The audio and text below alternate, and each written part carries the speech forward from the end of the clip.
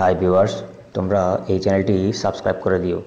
তো অষ্টম শ্রেণীর ইসলাম শিক্ষা বিষয়ের সাজেশন এটি।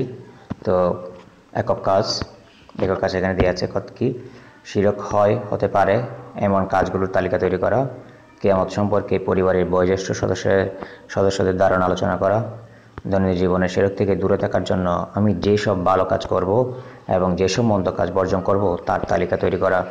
4 নম্বর হচ্ছে যেসব বিশ্বাস ও কাজের মাধ্যমে রাসূলের প্রতি ঈমান দৃঢ় করব তার তালিকা তৈরি করা। এবং জোড়ায় কাজগুলো দেখি আমরা। জোড়ায় কাজগুলো হচ্ছে 1 নম্বর আল্লাহ তাওয়াবুন, মহান আল্লাহর এই নামের শিক্ষা তোমাদের কর্মে বাস্তবায়নে কি করতে পারে তার একটি তালিকা তৈরি করা। 2 নম্বর হচ্ছে মহান আল্লাহর পরিচয় তথা আসমাউল হোসনা জানার মাধ্যমে আল্লাহ সম্পর্কে নতুন যে বিশ্বাস তৈরি হলো তা আলোচনা করা। এবং 3 নম্বর হচ্ছে তাকদীর বিশ্বাসের ফলে তোমাদের জীবনে কি পরিবর্তন হতে পারে বলে তুমি মনে করো, জোড়ায় বিভক্ত হয়ে আলোচনা করে উপস্থাপন করো। এবং 4 নম্বর হচ্ছে কিয়ামত দিবসের তাৎপর্য এবং বিশ্বাস উল্লিখিত শিরোনামের আলোকে প্যানেল জোড়ায় আলোচনা করো। 5 নম্বর হচ্ছে পরকালে শাফাআত লাভের জন্য ব্যক্তি, পরিবার, বিদ্যালয় ও সমাজ জীবনে আমি যেসব ভালো কাজ করব এবং যেসব মন্দ কাজ পরিহার করব সেগুলো দেখতে হবে। এবং আমরা দলগত কাজ দেখব। দলগত কাজের মধ্যে আছে তোমরা আকাইদ সম্পর্কে কি অভিজ্ঞতা অর্জন করেছ দলে আলোচনা করে লিখো।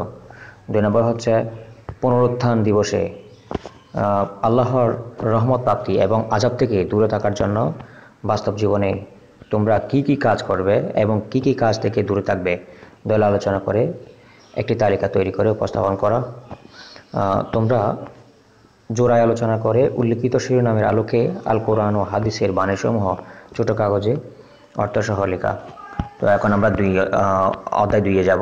অধ্যায় 2 থেকে যেগুলো তোমাকে পড়তে হবে সেগুলো হচ্ছে একক কাজের মধ্যে যেগুলো আছে সেগুলো হচ্ছে 5 ওয়াক্ত ফরজ নামাজের পাশাপাশি নফল সালাত আদায় করার নিয়ম কথা লিখতে হবে। 2 নম্বর হচ্ছে ফরজ সালাতের পাশাপাশি তুমি আর যেসব সালাত আদায় করতে পারবে তার তালিকা তৈরি করো।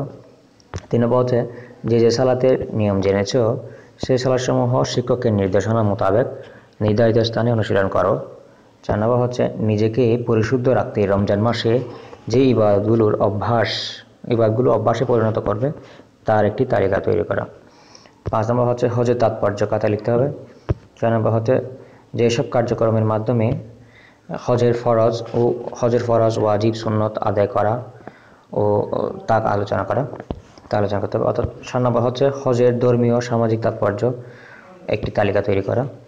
তো আমরা এখন দলীয় আলোচনা দেখব। দলীয় কাজের মধ্যে যেগুলো আছে সেগুলো হচ্ছে কি এই যে 1 নম্বর আছে সালাতেই আমার চোখের শীতলতা দান করা হয়েছে।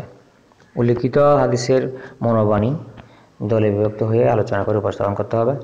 2 নম্বর হচ্ছে লাইলাতুল কদরের তাৎপর্য জেনেছি। লাইলাতুল কদরের যে ইবাদতসমূহ পালন করবে তা আলোচনা করা।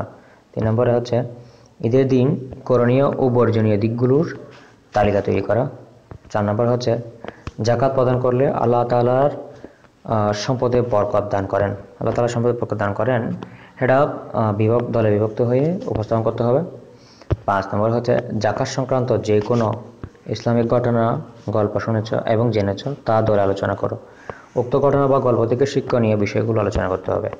6 নম্বরে আমি দেখতে পাচ্ছি এই যে প্রত্যেক সমর্থবান মুসলিমের উচিত সঠিকভাবে যাকাত আদায় করা। উল্লিখিত শিরোনামের আলোকে তোমার সঠিক নিয়মের যাকাত প্রদান করার গুরুত্ব দল আলোচনা করবে।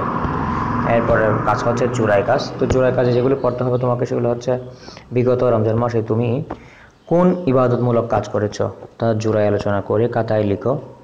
2 নম্বর হচ্ছে সাওমের শিক্ষা চর্চার কৌশল, সাওমের শিক্ষার তাৎপর্য বাস্তব জীবনে দৈনন্দিন কাজে কিভাবে অনুশীলন বা চর্চা করবে তার একটি কর্ম পরিকল্পনা প্রণয়ন করতে হবে। 3 নম্বরে দেখতে পাচ্ছি আমি তুমি বা তোমরা কেন যাকাত প্রদান করবে এই সম্পর্কে তোমার নিজস্ব ভাবনা উপস্থাপন করা। 3 নম্বর করিম সাহেবের কাছে 3 তোলা স্বর্ণ, 20 তোলা রূপো এবং 4 লাখ টাকা ব্যাংকে গচ্ছিত রয়েছে। জোড়া আলোচনা করে করিম সাহেবের জাকাতের পরিমাণ নির্ণয় করো। তো বন্ধুরা, আসলে ভিডিও বানাতে অনেক কষ্ট হয়, অনেক পরিশ্রমের প্রয়োজন হয়। তো তোমরা চ্যানেলটা সাবস্ক্রাইব করে রাখবা, যাতে প্রয়োজনীয় সাজেশনগুলো পেতে পারো তোমরা। অর্থাৎ আপডেট জানতে হলে সাবস্ক্রাইব তো করতে হবে না? তো অনুগ্রহ করে তোমরা চ্যানেলটা একটু সাবস্ক্রাইব করে দিও। ধন্যবাদ।